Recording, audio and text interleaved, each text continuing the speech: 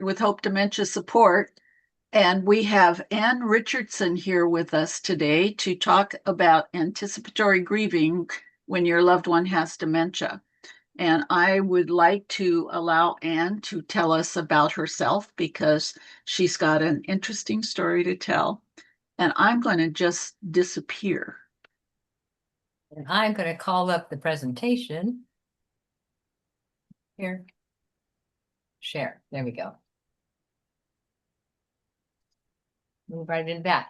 Actually, I'll tell you more about myself after it comes along in a little while. So welcome, everybody. Glad you're here tonight. And I just want to just to say for the next 90 minutes, I invite you to shift from being a caregiver to a care receiver, that this time is for you. And as we start tonight, I want you to maybe imagine that time before dementia was a part of your life. Imagine yourself before you were a caregiver or before that person that you're adjacent to had dementia. Maybe you're a friend, or maybe you're a care partner that is an intimate in your life. But just think of yourself before dementia was part. Imagine yourself, maybe you were younger, a child or a partner, maybe imagine the person yourself in a relationship with the person with dementia, or maybe before you met. But just think of yourself and just hold that person close to your heart as you consider that as we go into this time together. Just think about who you were before dementia became part of your life on this journey. And let me interrupt 1 second to tell people that anytime that you have questions, please put them either in the chat or in the Q&A, just so that we have the opportunity to get your questions answered. And we'll be sure that that happens probably at the end, unless there's something really appropriate. Yes, thank you. For the moment. Yes, and there will be some time for you to engage with this, to write in the chat as we go along too. So yes, thank you, Lynn, for reminding people of that. Thanks. So I'm going to open with a poem. I have some poems scattered throughout the presentation, and this one's called On My Father's Illness. It says, my mother told me sometimes she wished she could be like the other wives, sit in the passenger seat, pull down the little mirror in the visor, and put on her lipstick. By Ellen Bass. On my father's illness, my mother told me sometimes she wished she could be like the other wives, sit in the passenger seat, pull down the little mirror in the visor, and put on her lipstick. Think about what image that conjures up for you. For me, it's kind of a stereotype issue of maybe an older couple where the spouse used to drive most of the time and the wife was able to, they may be going out somewhere and she'd pull out her favorite lipstick before they went to the store or to dinner with friends. But what does that look like for you as maybe the landscape of dementia shifts responsibilities and roles? So I'm going to offer you a lot of information to take in through your mind. Our society, our Western ways of thinking, we tend to like to take information in, but I'll keep coming back to the heart and our need for connection and community. And I'm going to be threading them together, back and forth, from the heart to the mind, the heart to the mind. I think that's so important for us. This is a long journey that we go on with dementia with our person, or as you're coming adjacent, maybe to a friend who's supporting someone with dementia, or even if you're here as a caregiver, or you yourself are maybe newly diagnosed with dementia, and you're going to be going on this journey. So I want to keep us coming back to the heart, even so we're going to be taking in information through our mind. So before we start, I want you to think about who is your heart family. And I came across this idea of a psychological family from Pauline Boss, who's done a lot of work with the idea of ambiguous loss, this heart family. And it's in a book that she's written that I'll have reference to later. And I put this together a couple years ago when I did an in-person presentation, and so I actually had it so people could cut it out and write on the back of it. But the heart family, your heart family is a psychological family, and it's created in your heart and your mind. And it can be your family of origin, but it can also be your family that's chosen. And I just want to remind you today, when I use the word family, I want you to think about your family, not in that really strict box of a word family, mother, father, child, siblings, parents, but your definition of family. Who do you see as your family? So this psychological family. They're those people you talk to in good times and bad. Who do you go to when seas are rough, but also when the days are brighter and sunnier? They're those people that are really there for you. And they can be made up of your friends and neighbors.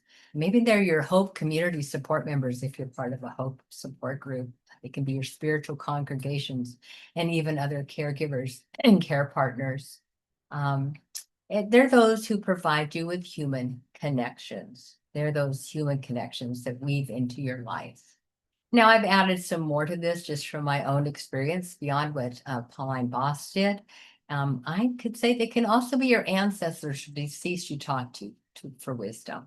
So, for example, I have photos of my mother and father and my grandparents in my house, and I might go by their photograph and I might say, "Gosh, I got some hard things going on.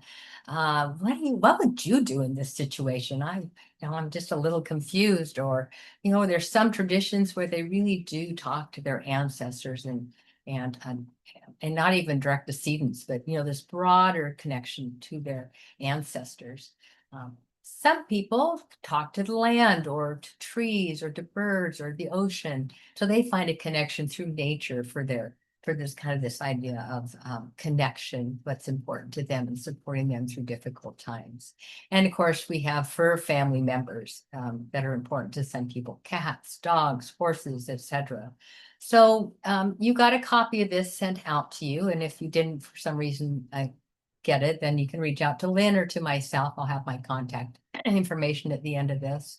And you can go into these and maybe write down when you get it, who are your family members or your heart family, or even right now, if you want to take a moment to jot down, just quickly, who are a couple of people who I consider my heart family? Who are those people I want to include in that part of my life? Who do I go to when I need support? And then I always consider these landscapes of grief and loss. So you as a care partner, you have your own losses accumulated over a lifetime that are part of who you are. We come into this world and we start accumulating losses, some big, some small. Maybe in elementary school we had that first special friend, and then they move away, and then we have that loss of our first pet, and of course they accumulate throughout our lives, whether it be deaths or a loss of our dreams, or losing a home, whatever it is. So we accumulate those losses. So before dementia came into your life, you already had those losses that have been accumulated. That would be the same for the person who has dementia. They have those accumulated losses. And then, of course, you have those outside folks that are coming alongside you, those friends, your other family members. So they all have their little suitcases of losses. So you have all this landscape of grief and loss that are coming alongside you, that are in this milieu of this dementia journey that you're on. And you're all going to be on a different part of this journey whenever you come together on any particular day. So, but beyond, we're not just all grief and we're not all this loss. We have this landscape of our heart. So in that history, you're also going to have your wonder, your joy, your awe, and all these other things that come into making us connected, our humanness and our messiness. So you may, and included in that messiness, you may be coming into this and caring for somebody that maybe you didn't have a good relationship with. That happens at times when maybe you're called to take care of somebody, and you may not be that close, but it's a familial relationship and you feel a necessity, or maybe somebody you're deeply involved with and it's very hard. So we are messy, messy humans, and here we are together on this journey.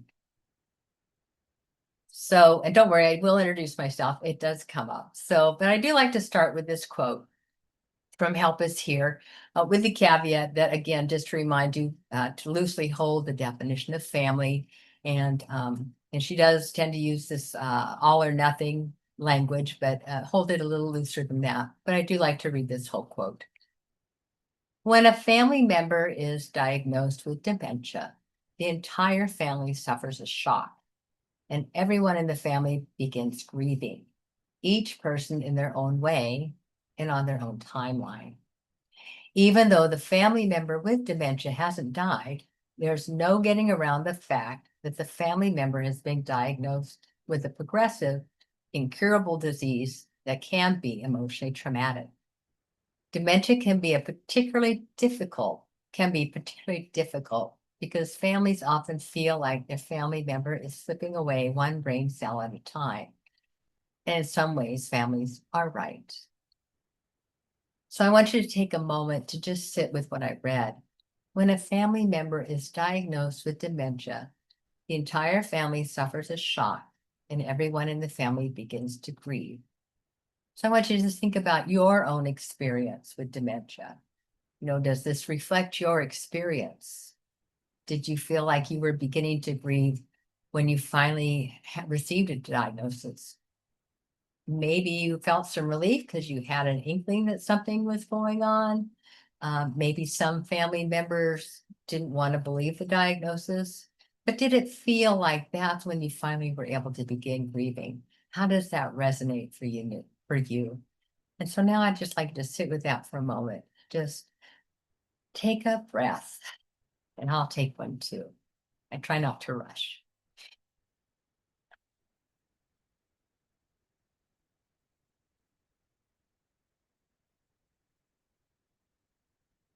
So How It Began by Ellen Bass again. She called. Her voice was naked with fear. Before that, there were signs, but we didn't know there were signs. I was sitting on the blue couch a few hundred miles from home. I held a cup of tea. She told me she jolted awake with her heart stampeding. No, she would have said pounding or maybe racing. What people say. I knew how to help her breathe. I breathed with her deep, slow inhale and a long, longer exhale. I focused on that. Oh, honey, I said, you don't want to go there. Let's turn this around. I've always believed too much in my own will. I knew and didn't know, or I didn't want to know I knew, though we both could feel the floor's slight pitch. We were in it for a long, long voyage without a chance to grab even an orange or comb our hair. Her voice was naked with fear. Before that, there were signs. We were in it for a long, long voyage. This is how our time will unfold. So we're going to go on a bit of a journey, and I'm going to have some of those definitions that we'll be putting in our head. And we're going to take breathing breaks, and you're going to be, and I'll tell you what those are. And you're going to be encouraged to reflect on your losses and have times for questions. And I always say, take what you need and leave the rest. If you only take one thing from this presentation a day, if it feels overwhelming and you only want to take one thing out of it, that's fine. You don't need to take everything. You'll get a copy of this PowerPoint at the end. I'll make a PDF and send it to Hope, and they can send it back out to you in the next day or so. So just take what you need and leave the rest. And what is a breathing break? So I'll just encourage you to take a breath like we just did. It's just a time to check in with yourself. How are you feeling emotionally, and how's your body? And you'll notice I put my hand on my heart a lot, but maybe your shoulders are hunching up, your tummy is kind of roiling, or maybe you're even just kind of checking out. If you're in the Northwest like I am and in Portland, it's kind of hot. My office isn't air conditioned. I got some fans on, but it's a little warm, might feel a little drowsy. Just be curious about what's going on. Not any judgment. Being on a dementia journey with somebody, it can be pretty exhausting and overwhelming sometimes. So it's okay to just be curious. It's just a way to check in with yourself. And when I say deep breaths, just do what's comfortable for you. Okay, here it is. Here's who I am. So my professional background. So I'm a board certified chaplain, and I worked almost 8 years as a hospice chaplain. And in that time, I did spiritual care as a chaplain for the loved ones of caregivers and to those who had dementia. So with that whole landscape that I talked about earlier, of everybody that was in that constellation of family.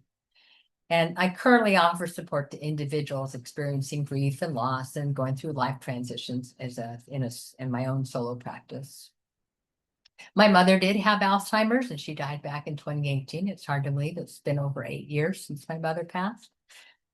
8 years, 7 years, I can't do math. She lived an independent, then assisted living. She did not live in memory care because she wasn't a wander risk. And then I was her primary emotional support as my brother lived down the state.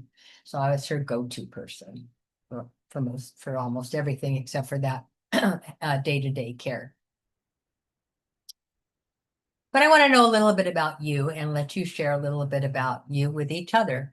So who are you? Primary caregiver? Are you or not? Are you the partner? Are you an adult child, sibling, friend, other family member, other? So if you could maybe type in the chat who you are, what is your current care arrangement with a person with dementia? And how long has your family been living? So if you can maybe type that in the chat, and so you can share that with each other, and maybe Lynn can tell me a little bit about who's here. Spouse, other family member, stepdaughter. Okay. Primary caregiver for my husband, diagnosed 8+ years ago. Caregiver for my husband with Parkinson's dementia. Okay. Yeah, thank you for sharing. And Mother, I'm also a chaplain. Oh, welcome. And you're always welcome to share and not share however you feel comfortable, by the way. Caring for husband, caregiver for husband, 3 years since diagnosis. Wife of Lowell, diagnosed in 2018. Oh, thank you for sharing the name too. Thank you. Yes, it's important to name our person too. Thank you for that. So, and you can keep putting in the chat. Lynn won't be saying the name, but you can share with each other those names. That's important, and who you are. So, thank you for that. So, I like this very succinct definition of anticipatory grief. That stuff is looming by Dr. Jessica Thomas. Because stuff is looming. We know stuff is out here coming towards us, and we're having to be in this present moment. It's just this very concise definition of what is going on out there. That we know stuff is on the horizon, and yet we're trying to handle what's happening in the present moment. And so the invitation with dementia is how to stay in the present moment in the face of stuff looming.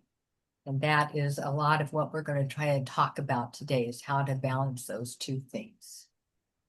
Now, a little deeper definition of anticipatory grief is when caring for someone over time, you start to grieve the person long before they die. So you're on this journey with death is on the farther horizon, but you start grieving before they die. That's kind of what I wanted you to picture yourself before this journey ever started. And if the person with dementia came into your mind, maybe to picture them before that ever started. Because you start to grieve the person's former self, and maybe you even start to grieve your former self. And then you experience the loss on a daily basis. So you anticipate the loss at the end of life, you know it's coming, and that can be as painful as a loss associated with death. It's preparing for that death. So don't I hope you never minimize the grief that you're going through at this point in time.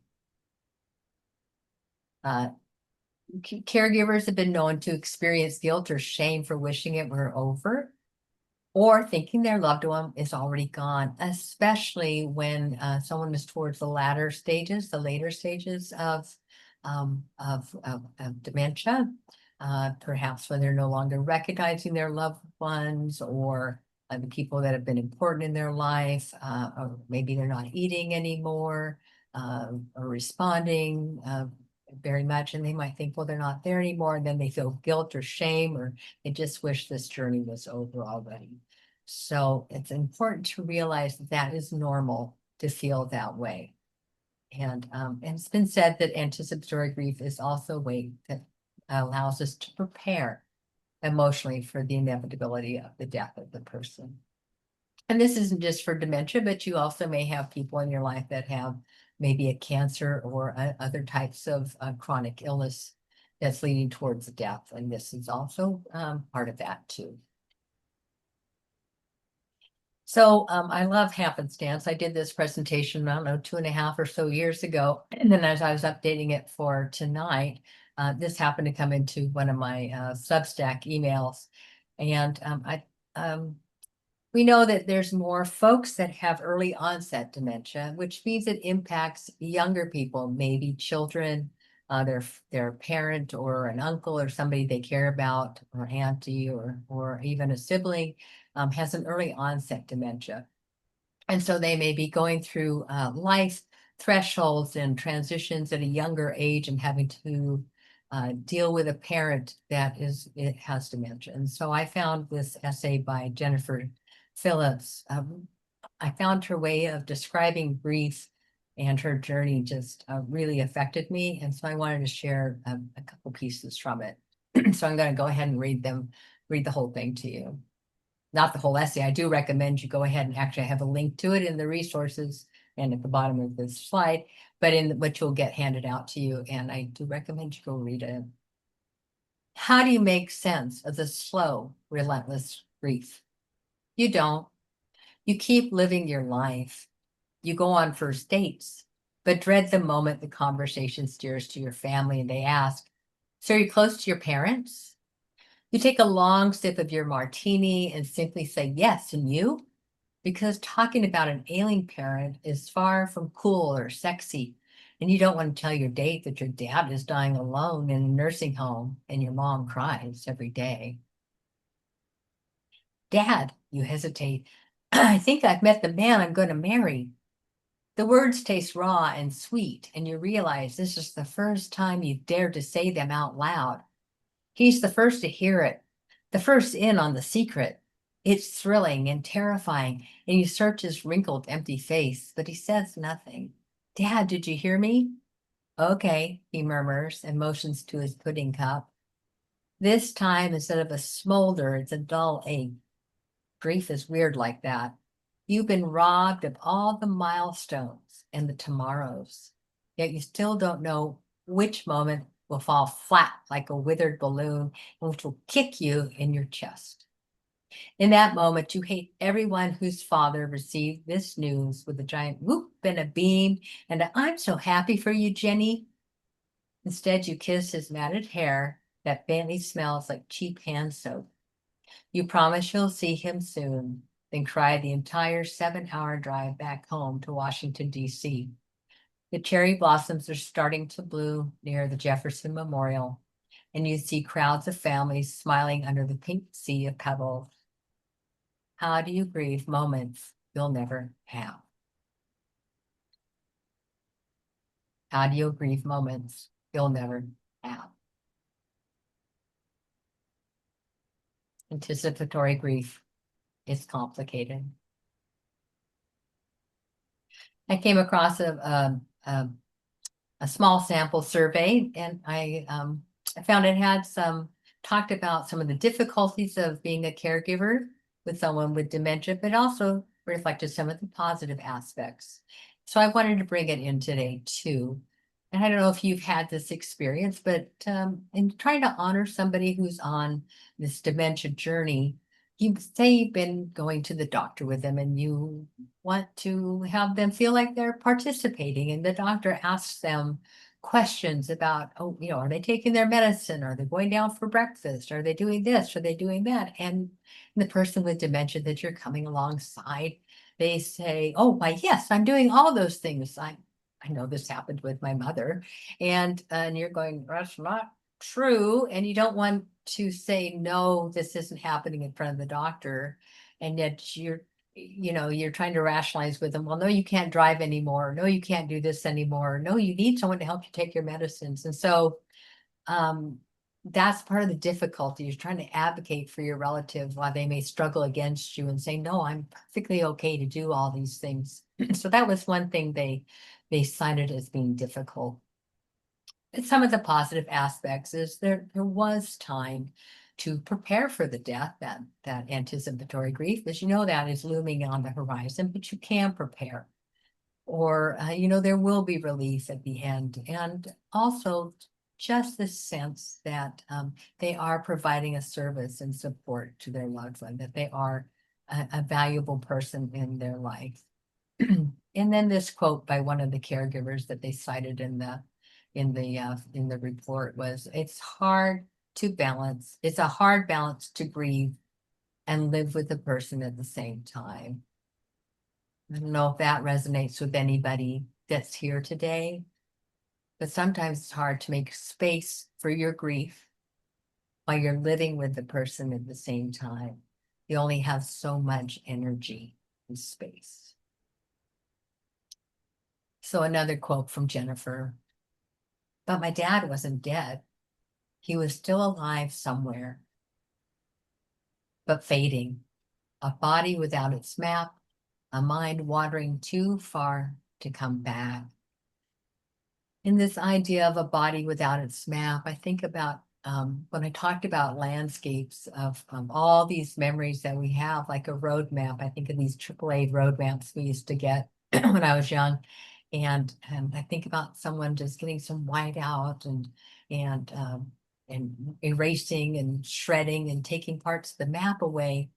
And it's, you can't trace the same. You might even have overlapping maps because you have these shared memories. And sometimes it's the map is starting to fade, but also wonder sometimes if the person living with dementia is all of a sudden starting to create a whole new map inside that we don't have access to. It's like they've created their own map, and it's out of sight from us. They're wandering around in their own map, and every once in a while we have a glimmer of it, and the road takes us there, and then it's taken away. We'll talk about that in a little bit too. And what Jennifer talks about in her essay is about her dad wasn't dead and he was still alive somewhere. She talks about this so succinctly in her essay and so beautifully. By the way, her father had Parkinson's, and that someone mentioned that her husband has Parkinson's, and that is what her father has. So take a moment for yourself now and just do that check-in. How are you feeling emotionally? What's resonating? Where is it in your body? Take a breath and think about, is there anything looming in your life right now? Just take a moment for yourself.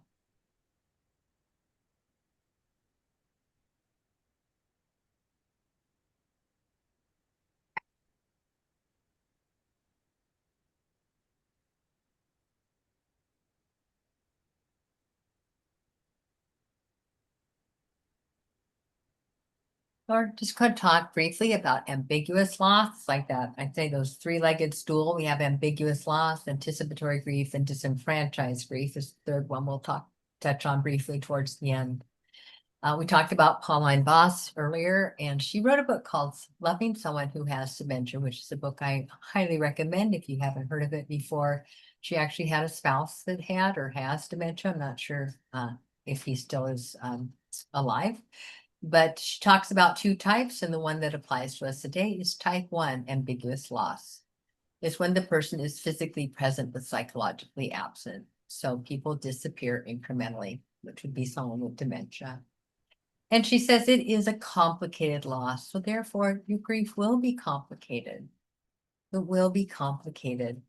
And the situation can be complicated or can be chaotic and it can be painful. So some days you may feel like your world is turned upside down and everything maybe seemed to be going fine and all of a sudden it's just turned on its head and it carries on for a long time. You know, the dementia journey can be, someone said 5 years, someone said 8 years.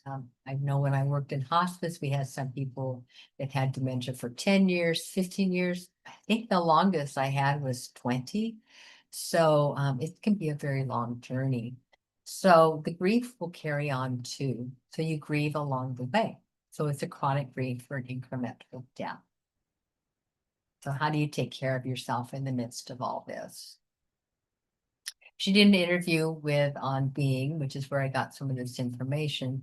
And what's important is, I bring this up a lot, is how do we hold two things at once? It's like the stuff looming. How do we stay present with the person who has dementia in our own life and everything that's going on, knowing that stuff is looming in the background or coming up onto the horizon?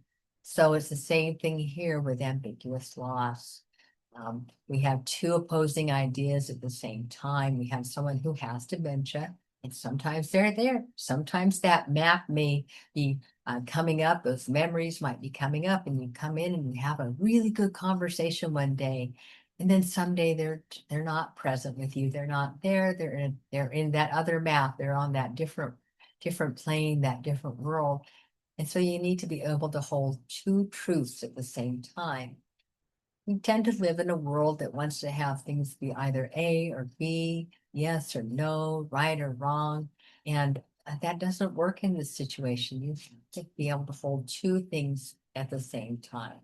And so Pauline Boss says this is helpful to help reduce your stress. So she says what that does, it helps you to live with it. You may not like it and it makes it hard to accept it, but you can decide. It gives you the power of decision and agency. So it means you're not helpless. So when you can go into the situation, you can say, okay, my person with dementia is still here and they're not always here. And I can hold those two truths at the same time.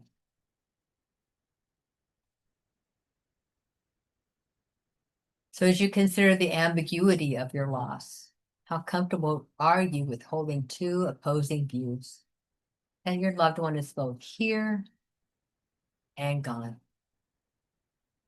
And again, just do a check-in with yourself. And that idea of ambiguity.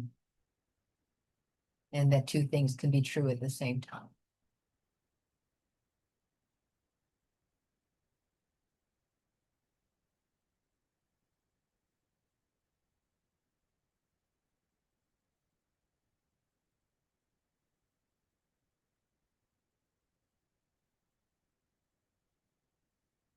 Which leads us into the labyrinth. And since I added some other things into this presentation in the past, I've actually had us walk the labyrinth with our finger. I'm not going to do that tonight unless we have time at the end. But I still wanted to present the labyrinth because I think it offers us it's helped people in the past to kind of get their head around the confusion and the difficulty of going on this journey. And a labyrinth is not a maze, it's a one-way path that goes into the center. My little pointer doesn't work on my computer, unfortunately, or I would draw it in for you. But if you look at this, there's an entrance that goes in, it kind of winds its way around. You have a long outside path, and then it goes in towards the center. You have twists and turns towards the center. Here I have some words here. There's only one path, and some days it might feel like a maze, right? When you're on the path, when you're struggling, some days with the person with dementia or your role or whatever's going on in your life, and you might think, I'm doing this all wrong. All right, I have no idea what's going on, but there's not a wrong way, right? You're just on the path. That's the thing when you walk a labyrinth, whether you do a finger labyrinth or you physically walk a labyrinth. And I do have some resources in my resource section on places you can go to walk a labyrinth and download some resources. There's no wrong way. I always tell people when I work with them is you're making the best choices you can with the information you have in front of you right this moment. So you'll notice then that there are some long stretches, and that might feel comfortable. You might just be getting used to a rhythm in your day. Everything's going fine, or that could be unsettling. Maybe it's a really hard time. Everything feels kind of agitated, and that might be uncomfortable. And you might think, oh, this is going to go on forever. But then you'll have a turn. Maybe there's a fall or a UTI or something's going on. You have these quick turns and it feels very disorienting. So the labyrinth is good for representing these things that go on the journey that happen on the journey that kind of is unbalancing us. The center, everybody will eventually reach the center on the journey. And when I talk about it with dementia, that would be the death of your loved one. There's also other people are walking the path, and you might see them across the way and you think, well, how did they get there? How can they help me? If you were to walk it with your dementia support group one time, you might say, oh, they all share different stories, and how did they get there? How are they doing that? What's going on? How can they share with me? Or even if you're a family, you're all sharing things in a different way. And of course, the person with dementia is on their journey, their own way. So you do have a handout with these points on it for you, and just to help you kind of get a feel for what the walking the labyrinth path is like for you. What I like about I just was reading something the other day about the labyrinth, and what I appreciated about it is it says the labyrinth is takes a long stretched out journey and puts it in a small space. I thought I hadn't thought about it in that way before. I'd like coming across these things. When we think about, like we said, dementia is this long journey. And if we can compress it into the labyrinth and consider how we're walking this journey slowly, slowly on the path, then it may feel less overwhelming when we can consider walking path in this safe contained space of the labyrinth. And I say then when the death does occur, say in the center, then the walk back out is the beginning of your bereavement journey. Is how I've used the labyrinth when I talk about this dementia. So moving on to feelings, emotions, and responses. So a quick note, there are primarily two types of grievers, and I don't like to slot people into categories, but I think this is really important. Is there are those that are intuitive. And those are those people that will share their emotions and feelings. I mean, that's me, I read that article by Jennifer Phillips, and I was, tears were streaming down my face when I first read it. Or if you remember the Reach Out and Touch commercials from years ago, I was like boo-hooing every time I heard those. So I've been one of those weepy people from a young age. And, I hear other people's stories and I kind of go into the heart. Like I said, I'm a heart person. But there's also the instrumental griever. And they're going to be more cognitive and activity oriented. So they're going to be your person that might, after they hear some news that might cause an intuitive griever to maybe be angry or to be sad or to be anxious or any other of those feelings and emotions. The instrumental person might be more of the doer. They might feel like they need to start doing some planning or clean the garage or whatever it needs to do. They need to take some action. And so instead of asking someone, how are you feeling? You might want to ask, how did you respond? So how did you respond when you heard your mother was diagnosed with dementia?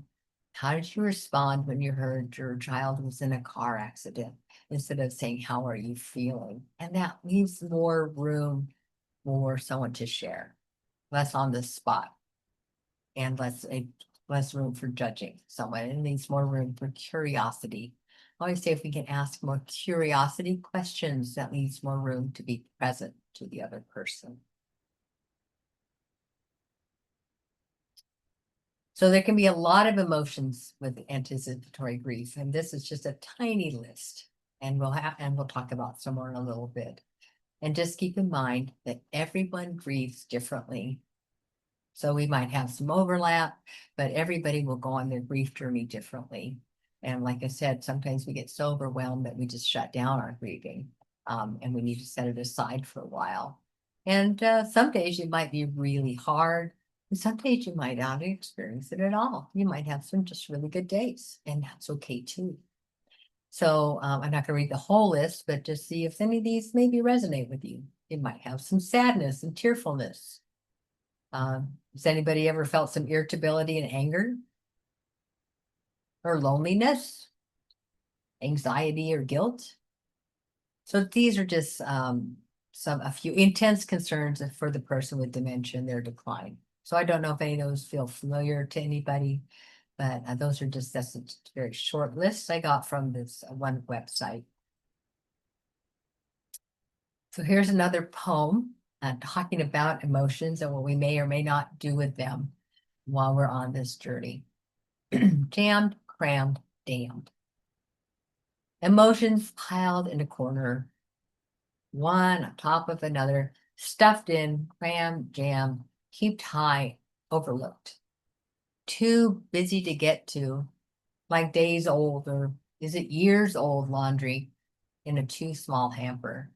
Smelly, soiled, discarded, embarrassing, a blight in otherwise well-ordered room.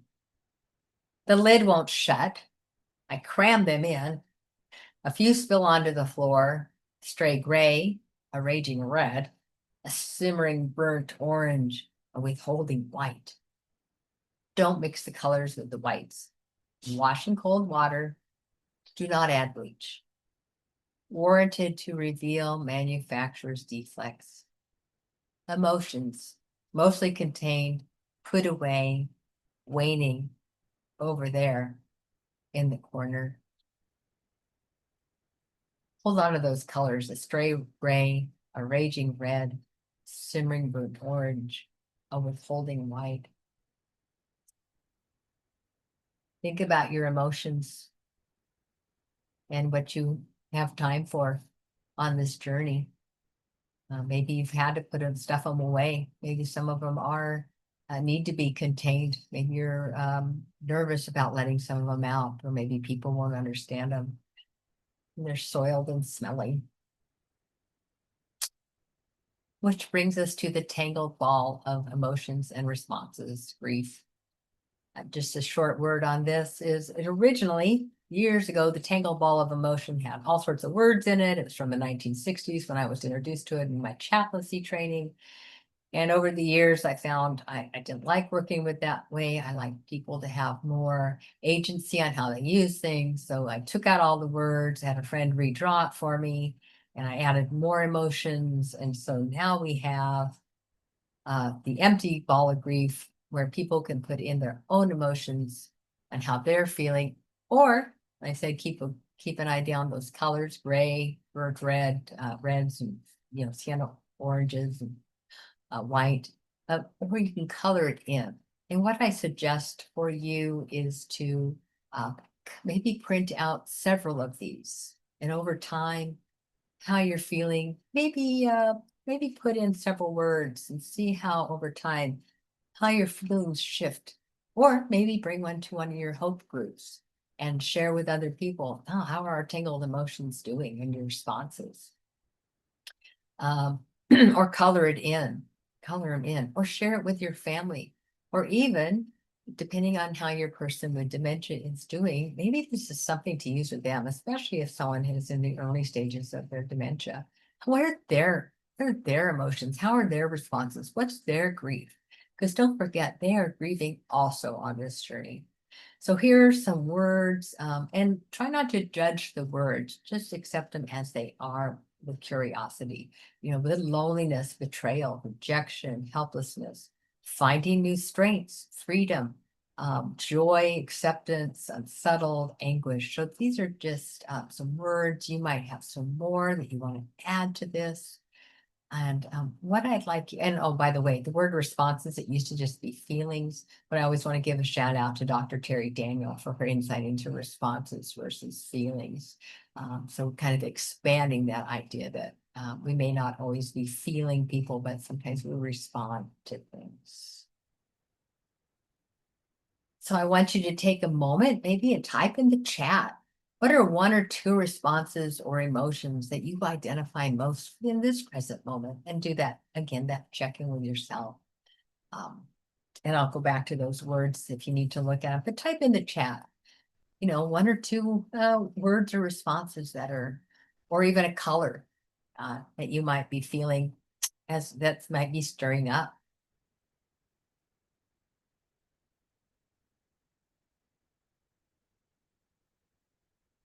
You want to read a couple of them, Lynn?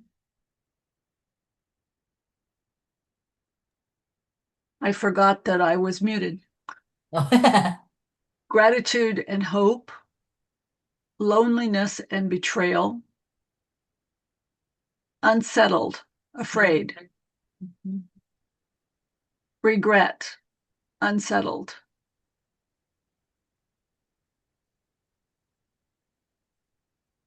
Thank you.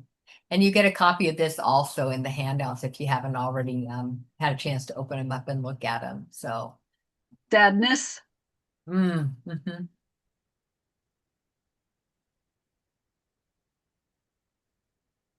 yeah. And it's kind of a handy list to have anyway, because sometimes it's really hard to name what's going on. But if you have this to kind of helps to name it. Like, oh man, I'm feeling something. My chest is kind of tight and my stomach's kind of roiling, or my shoulders are all, I wonder what's going on. So sometimes if you have a list like this, it kind of helps to name things. Here's another list that I've kind of accumulated from reading, from my experience, without reading the whole list, but just to go over some things. Your world perhaps has become smaller. Maybe your friend group has become smaller. They don't know how to talk to you any longer. So I don't know if these are familiar with you, and you might have some more to type in the chat. It can be a lack of energy. It can be very tiring taking care of someone, whether you're doing it on a day-to-day basis or just even handling all the logistics of caring for somebody who's on has a long-term illness that takes a lot of care. No one to bounce decisions off of.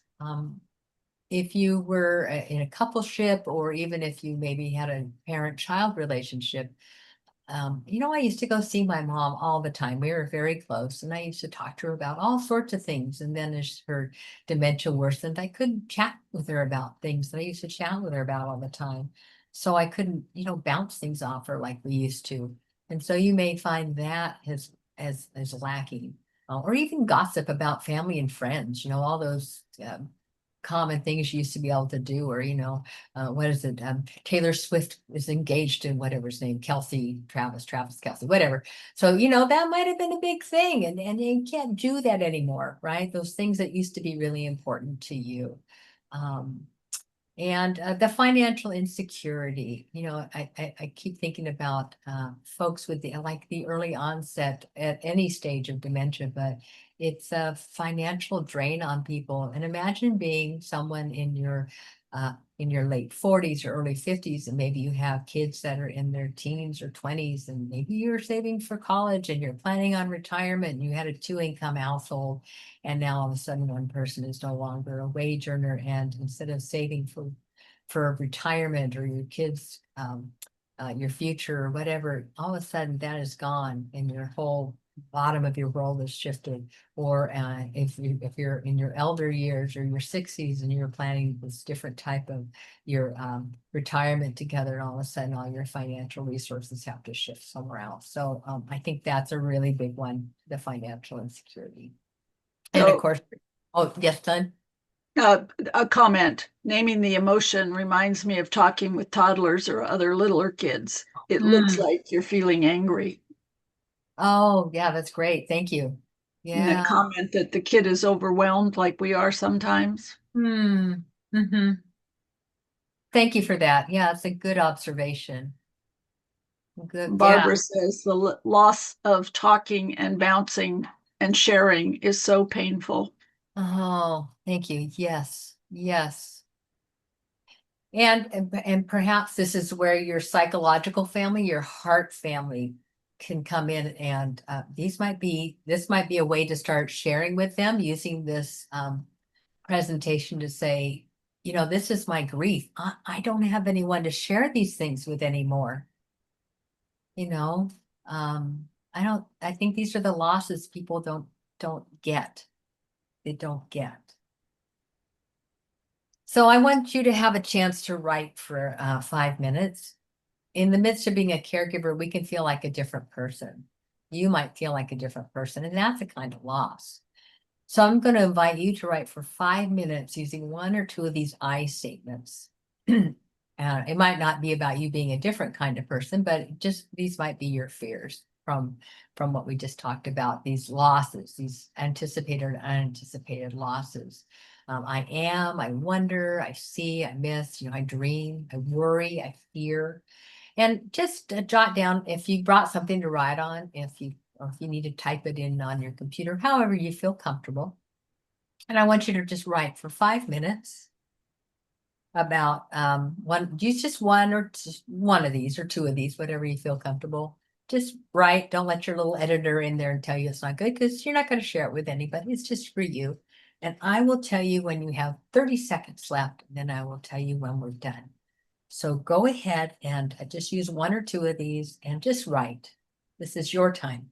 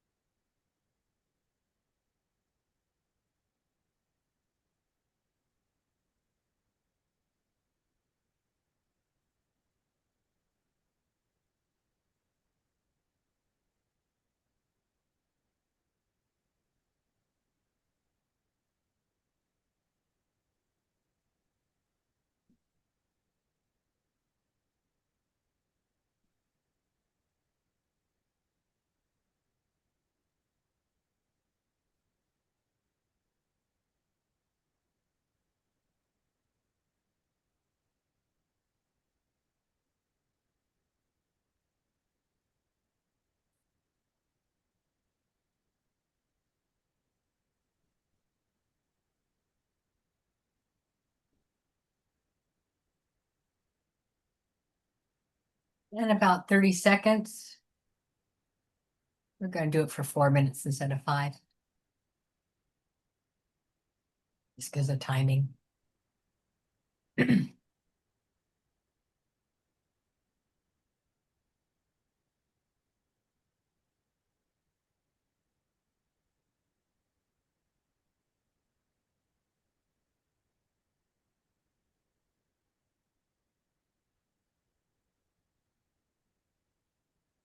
And just wrap up where you are.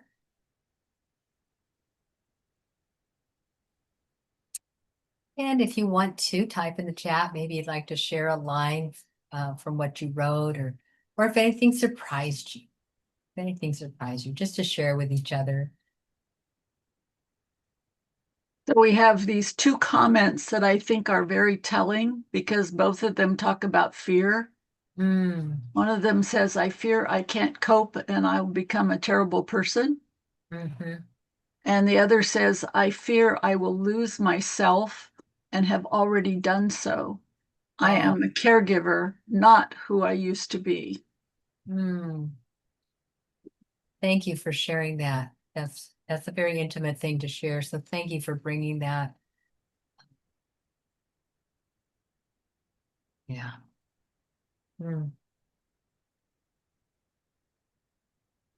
This is a kind of grief and loss that is often not shared. It's often not shared out in the world. Yeah. Thank you so much for sharing that. And that's why we bring poetry and these kind of things into these spaces. As John Fox, who wrote the book Healing Art of the Poem Making, I've done a couple of his workshops.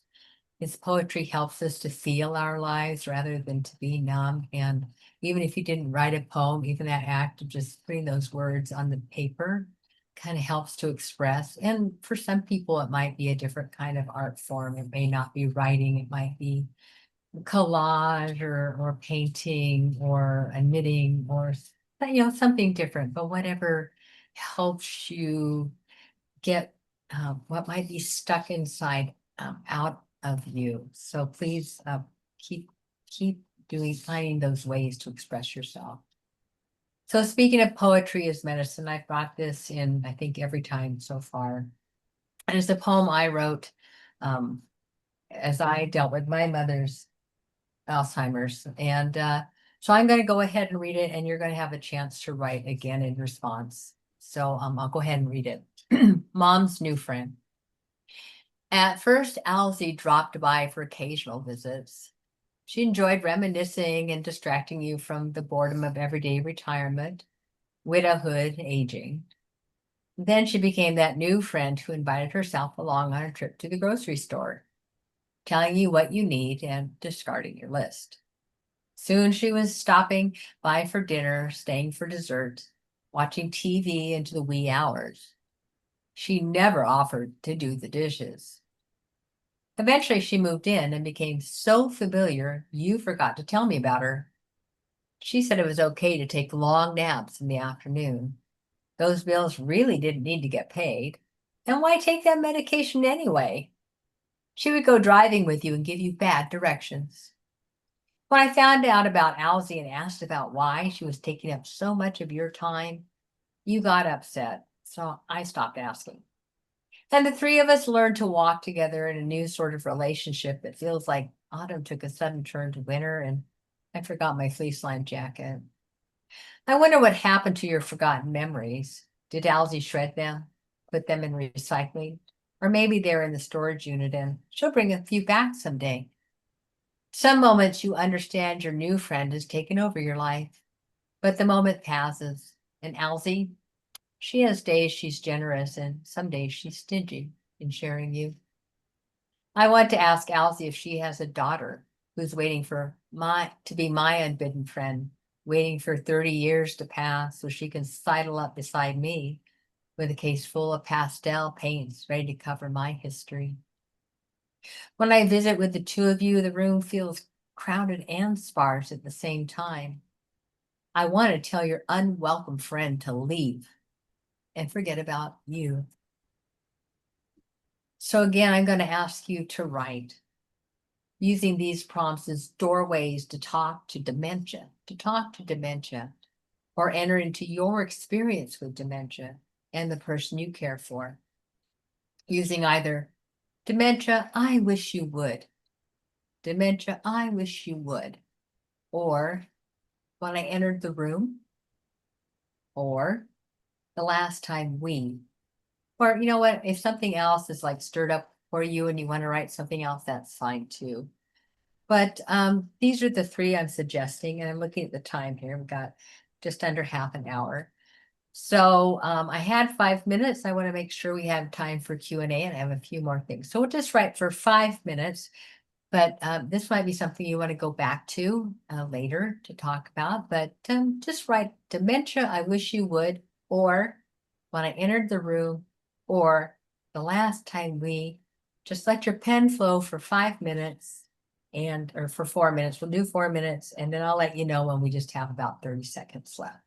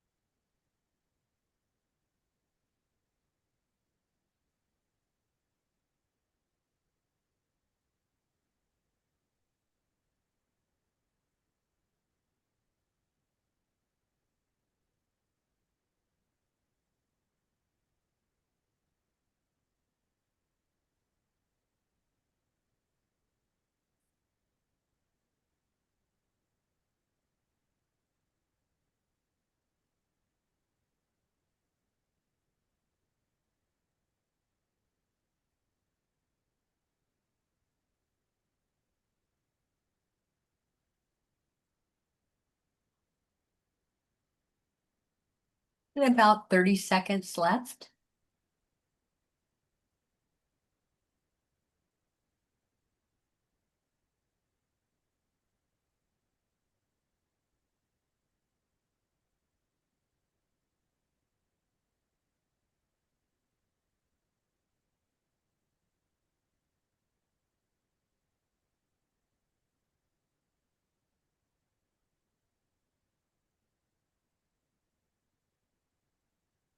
And find a comfortable place to finish that last sentence. And then again, typing in the chat, would anyone like to share a line or two from what they wrote? Or did anything surprise you from what flowed out your pen? And then again, do another one of those check-ins with yourself just to see what's stirring, how you feel, what's arising. We have, I miss mutuality, having two brains to problem solve, functioning as a team with my husband. Ron says, my spouse is in memory care facility and I'm living nearby. We've been living this way for 4 years. She's been unable to talk for 2 years. Judy says, Alzi, I don't like you. You're disregarding my feelings. All of a sudden, I'm not important to my guy anymore. Martha says, I wish the dementia would always be in charge so I wouldn't be experiencing him as he always was one day and then withdrawn and non-responsive the next. Oh. Barbara says, I want you to just go away. Or as MT says, just to be consistent. That really speaks to that ambiguous loss, the two holding two things at the same time. A couple of those really spoke to that. Thank you so much for sharing.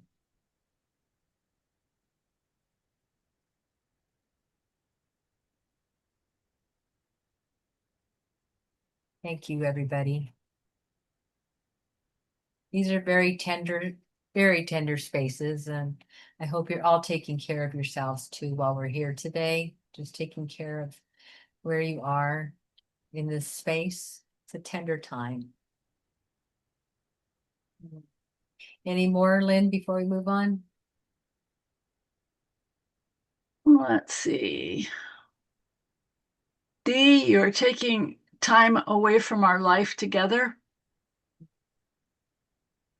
And Allison says, I had to say, let's put these flowers on the table to get you to move out of the doorway to let me in, as always. Thank you. Thank you. Thank you, everybody.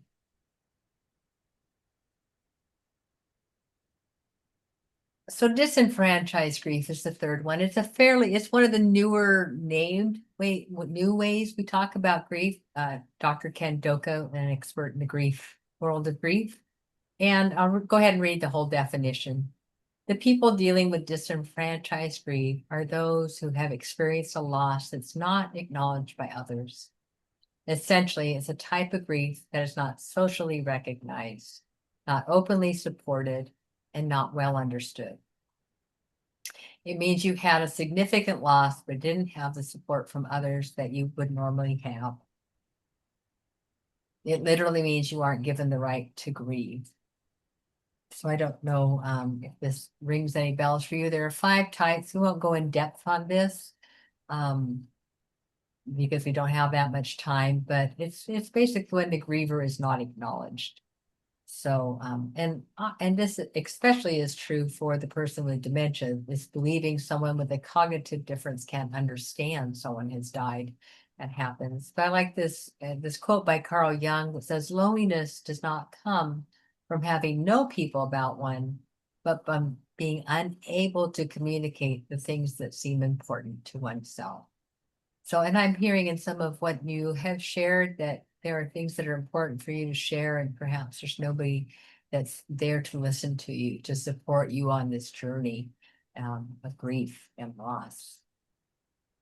Here's just some selected samples from this What's Your Grief, 64 examples. And actually, I haven't looked recently. She may even have more than 64. But I think for anyone with a chronic progressive illness goes through some of these. And actually, I think the person, if you're coming alongside someone with a chronic progressive illness, often also goes through a loss of independence, a loss of physical health, a loss of community, the grieving for someone with dementia, and then the person with dementia grieves their own cognitive decline. And I won't read this one now, but I do cite this Potential for Painting, Unlocking Disenfranchised Grief for People Living with Dementia just does talk about how people with dementia do also grieve, and that we often think they can't take that in. And there's some differing opinions about whether to tell someone who has various levels of dementia, whether, for example, if their spouse or sibling or child has died or something, whether we should tell them, because they'll keep asking over and over again.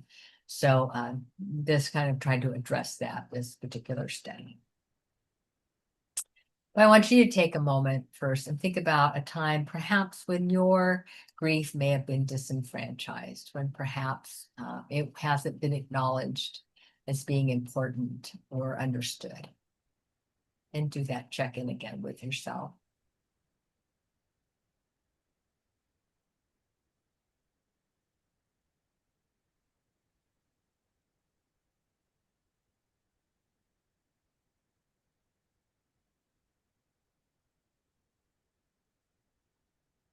And I just put this slide in at the end because I went to a webinar about a month ago that were Compassionate Choices. We're talking about end-of-life care, and they talked about they have now on their website a Dementia's Value and Priority Tools some resources.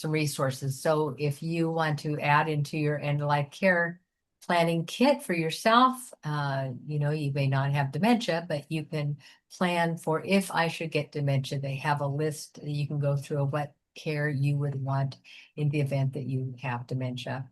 I hope everybody has taken time to do their own end-of-life care planning. And this is something I feel I should do too, because, my mother had dementia, my grandmother had dementia.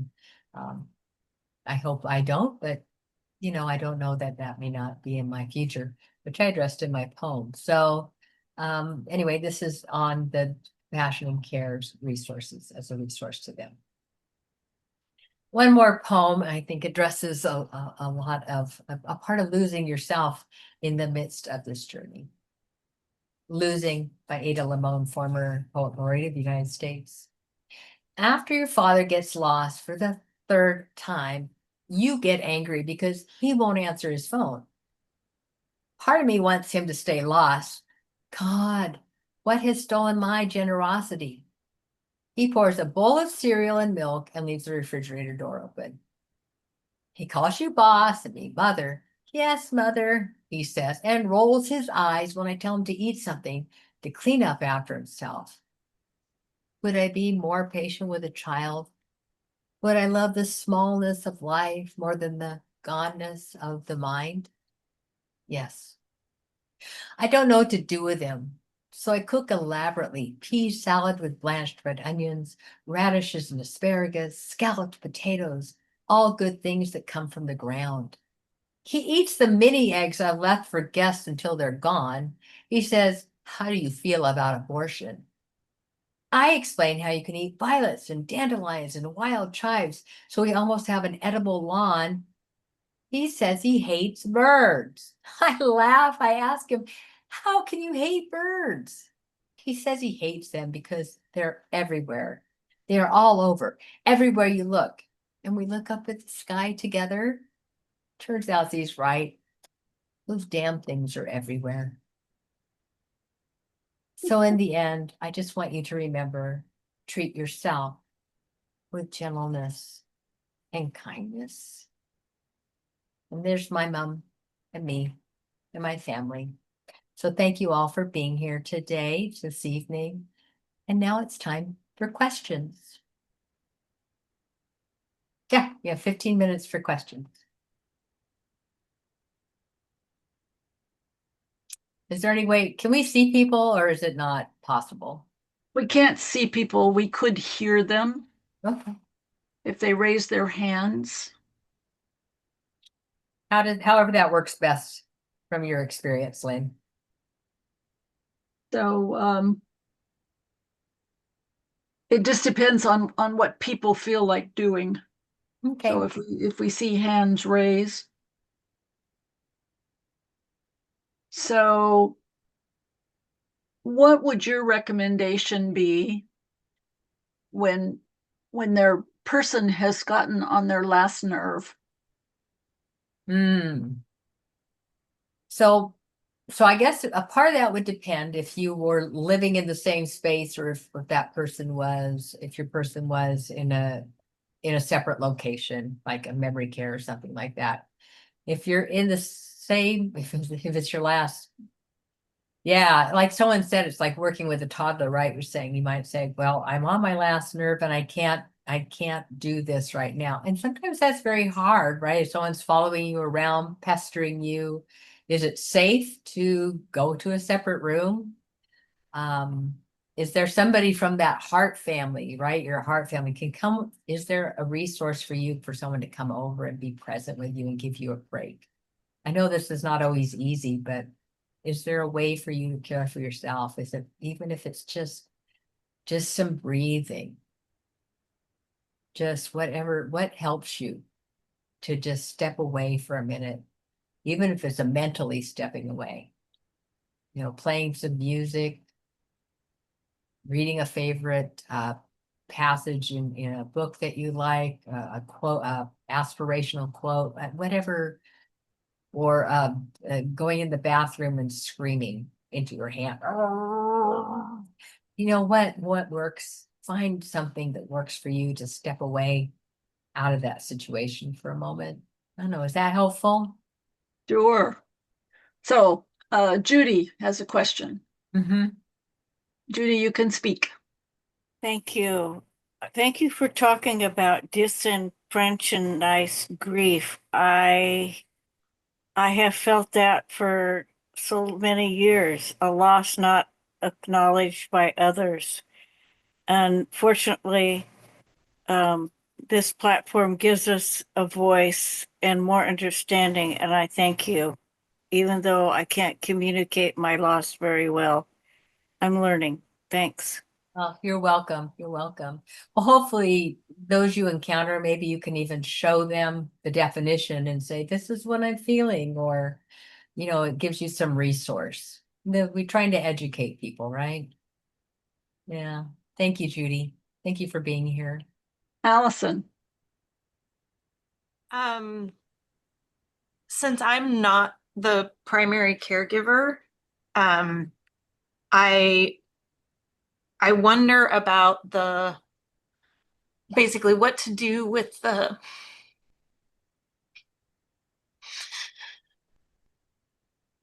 awkwardness and upset that I feel when I witness the sort of short-temperedness of my my loved one's caregiver.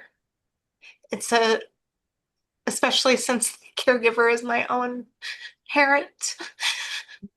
Um, it's hard.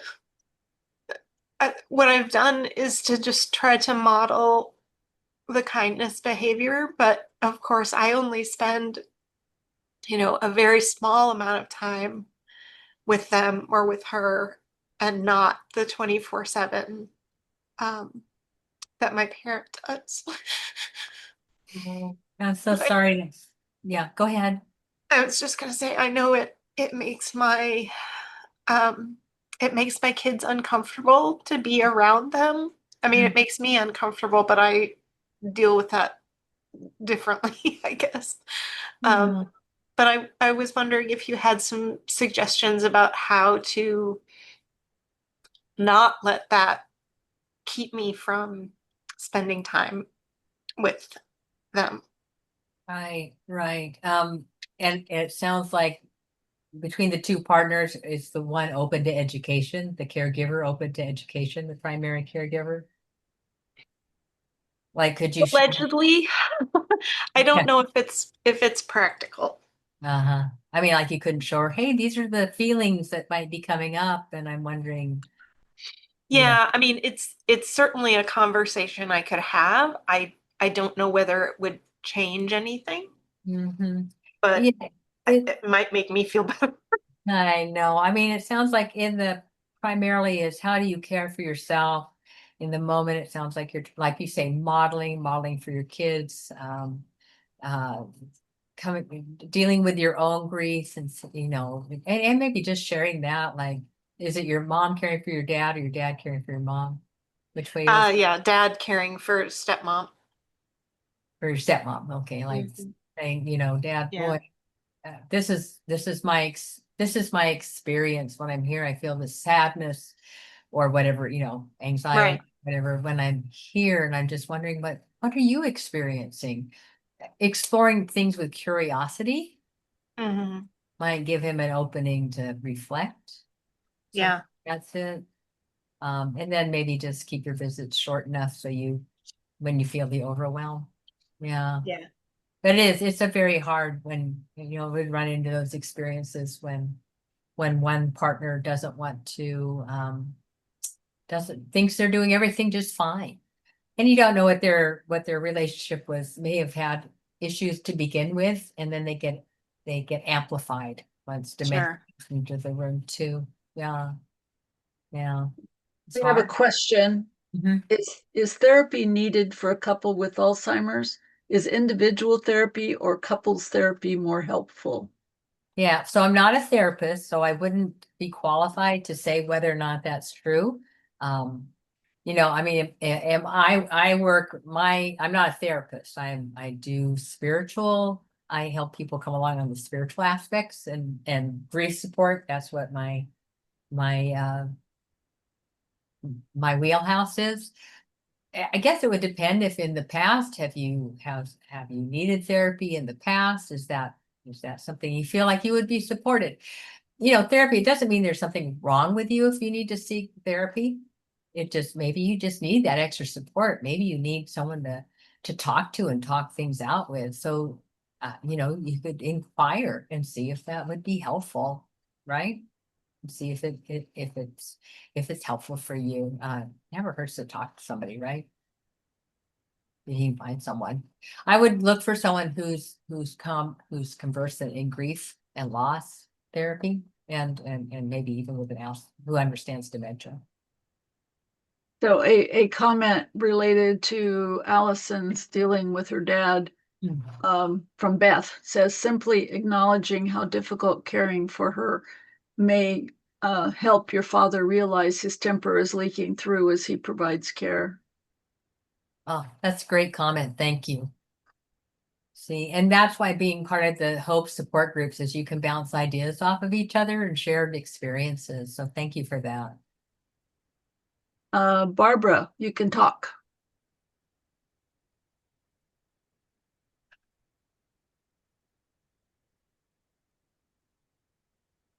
Barbara?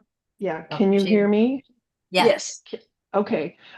My part of one issue I have with, and I am dealing with a lot of anticipatory grief, and because we're still in the early stages, but I find myself, it, it, I find myself distancing from my husband um, because I'm because I'm anticipating so much grief that I'm just kind of I don't know if it's I'm just being protective or just saying, well, I'm going to feel this anyhow. I might as well get over, try to get over it or something. But is there a way? It's that my fear of disconnecting myself because of the pain that I know I'm going to be going through. Any Mhm. suggestions about that? Yeah. Yeah, I would say to hold that with curiosity and not judge it. Mm, Just say, okay, this is what yeah, I'm experiencing. And it's going to be a long journey. And, and again, find other people maybe that have been on the journey and just, yeah, like that labyrinth. This is where I am. This is where someone else is. And just yeah. find people for support and don't judge it, but just say, wow, this is where it is. And How, just be curious about it without how judging. can Mhm. okay? How can I stay connected with my husband though? I mean, so I mean, I'm hearing, and maybe you probably already answered my question. I'll call it good. Thank you. It's Yeah, just my yeah, fears creeping in. Okay. right. Yeah, and without knowing him specifically, but I guess it would just try to find those connection points that that still resonate with him, things you can both, do together. But yeah, I don't, without knowing him and your relationship, but yeah. A comment from Anjanette that says the nursing home where I serve does have psychotherapy available even for residents with dementia. I'm not part of that, but it seems that it can be helpful for at least some. Oh, thank you. Yeah. Yeah. Don't rule it out. Absolutely not.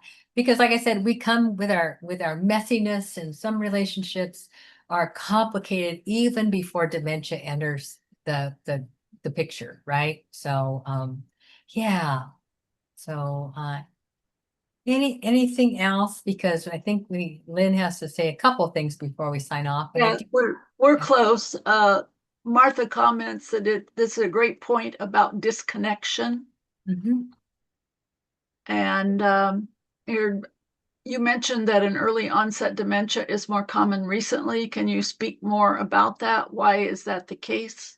Oh, well, I don't have the research on it in particular, but I've just heard it in other presentations that are in reading I've been to. Just that we have younger people being diagnosed in their 40s and 50s with some different kinds of dementias. I think as we learn more and more about the different kinds of dementias. So do you have any stats on that, Lynn? Well, what the recent research is showing is that the amount of dementia is increasing incrementally, and it isn't talking so much about early onset as it is talking about the fact that as our population ages, Mhm. we will see more dementias.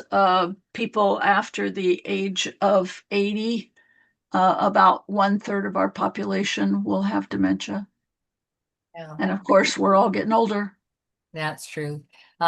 It may not be the dominant number of people with dementia, but when you consider that even if it's a small percentage, the number of young people impacted, even if they're in their 50s and they have kids, if people are having kids later, which we've seen people getting married in their early 30s, and then if they put off having children into their later 30s, then their children will be younger. Say you get diagnosed in your 50s and your kids are in their 20s or their late teens, when you're diagnosed, they'll be affected, by the dementia at that age. So, so anyway, thank you. I wish it looks like we're out of time for questions, but I have my contact information. Like I said, you'll get a copy of this. If you do need to reach out to me, go ahead, and I usually get back within 24 hours. So we are going into a long weekend. But I try to get back to people in a pretty reasonable amount of time. And just, I want you to just a final check-in. What do you need to leave in the virtual room? What do you need to take with you today? And then I just have this slew of resources for you that you'll get when you get the when Lynn sends this back out to you. And again, I just really thank you all for being here today. It's a lot of information to take in. Like I said, take what you need, leave the rest, and do please be kind and gentle with your hearts. This is a long, hard time, a long, hard journey. And take care of yourselves. Lynn, back to you. Thank you. And Anne has very generously allowed us to put the recording on our YouTube channel, so that will be available for people to be able to review. And I will send the PowerPoint out as soon as the recording is completed. We'll send them out together. And thank you, Anne, so much. I just appreciate you, your perspective, your gentle way. It's lovely. So next month, folks, we will be having Melanie Goff from the Goff team of Keller Williams talking about downsizing. And she's another amazing lady. So thank you all for being here. And thanks so much, Anne, for your time. Thank you. Take care, everybody. Stay cool in the heat. Bye-bye. Thank you all.